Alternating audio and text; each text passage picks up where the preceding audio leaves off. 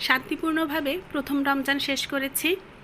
আজকে আমার বড় মেয়ে জীবনে প্রথমবারের মতো আমাদের সাথে রোজা রেখেছে। আলহামদুলিল্লাহ। সবাই আমার মেয়েদের জন্য দোয়া করবেন। আসসালামু আলাইকুম। মেয়েদের খুনসুটি পেজ থেকে আপনাদের সবাইকে স্বাগত। আশা করছি যে যেখান থেকে আজকের এই ভিডিওটি দেখছেন সবাই ভালো আছেন, সুস্থ আছেন। আল্লাহর অশেষ রহমতে আমরাও ভালো আছি, সুস্থ আছি। প্রথম রমজানে মেয়ের রোজা রাখা উপলক্ষে এবং আমরা সবাই রোজা রাখার কারণে ঘরোয়াভাবে কী ইফতারের আয়োজন করেছি আপনাদের সাথে শেয়ার করব। প্রথমে এখানে আমি পেঁয়াজু বানানোর জন্য পেঁয়াজুর ডাল ব্লেন্ডারে ব্লেন্ড করে নিয়েছি। পেঁয়াজ কুচি, কাঁচামরিচ কুচি, ধনিয়া পাতা কুচি, আদা বাটা, রসুন বাটা, হলুদের গুঁড়ো, মরিচের গুঁড়ো, জিরা ধনিয়ার গুঁড়ো, সামান্য পরিমাণ চালের গুঁড়ো ও সামান্য পরিমাণ ময়দা দিয়ে আর একটু বেকিং পাউডার দিয়ে আমি ভালোভাবে মাখিয়ে নিয়েছি। বলতে ভুলে গিয়েছি, স্বাদ মতো লবণও দিয়েছি। সব কিছু একসাথে মাখিয়ে কিছুক্ষণের জন্য একপাশে রেখে দিব। এই ফাঁকে অন্য কাজগুলো আমি করে নেব। এদিকে ছোলা ভাজার জন্য চুলায় একটি কড়াই বসিয়ে দিয়েছি। পরিমাণ মতো তেল দিয়ে পেঁয়াজ কুচি দিয়ে ভালোভাবে ভেজে নিয়ে আদা বাটা, রসুন বাটা, কাঁচামরিচ আর স্বাদ মতো লবণ দিয়ে একটু ভেজে নিয়েছি।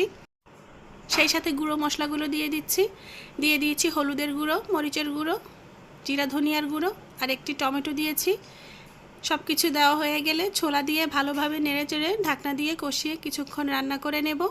রান্না করা হয়ে এলে উপর থেকে গরম মশলা ছিটিয়ে দিয়ে ধনিয়া পাতা দিয়ে ভালোভাবে নেড়েচেড়ে চুলা থেকে নামিয়ে নেব।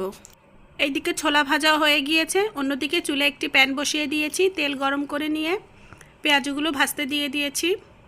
খুব সাবধানতার সাথে পেঁয়াজগুলো তেলে ছাড়তে হবে, নতুবা হাতে তেলে ছিটা আসতে পারে। এপিট উপিট ভালোভাবে উল্টে পাল্টে বাদামি রং এবং মচমচে করে পেঁয়াজগুলোকে ভালোভাবে ভেজে নিয়েছি। এই তো দেখতেই পাচ্ছেন কি সুন্দর পেঁয়াজগুলো ফুলকো ফুলকো হয়েছে। সবগুলো চুলা থেকে নামিয়ে নিচ্ছি। চলুন এই ফাঁকে আপনাদের সাথে আজকে সারাদিনের কিছু কথা শেয়ার করি। আজকে আমার বড় মেয়ে হুজাইফা, ও জীবনের প্রথম রোজা রেখেছে। রোজা রাখতে পেরে ও অনেক বেশি খুশি। যদিও ওর বয়সটা এখনও অনেক কম, তারপরেও সে নিজের ইচ্ছাতেই রোজা রেখেছে।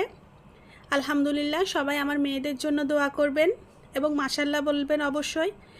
এই দিকে দেখতেই পাচ্ছেন আমি এক পাশে রোল ভেজে নিয়েছি এবং অন্য পাশে সিঙ্গারা ভাজতে দিয়ে দিয়েছি। যেহেতু মেয়ে রোজা রেখেছে একটু বেশি আইটেম তো করতেই হবে, তাই না? এই তো কথা বলতে বলতে এইদিকে কলিজা সিঙ্গারাগুলোও ভাজা হয়ে গিয়েছে, রোলগুলোও ভাজা হয়ে গিয়েছে। আমি সবগুলো তেল থেকে তুলে নিয়েছি। অন্যদিকে আলুর চপও করেছিলাম, তবে আলুর চপের ভিডিও করতে ভুলে গিয়েছিলাম। এই তো আমি সবগুলো আইটেম একে একে প্লেটে সাজিয়ে নিচ্ছিলাম।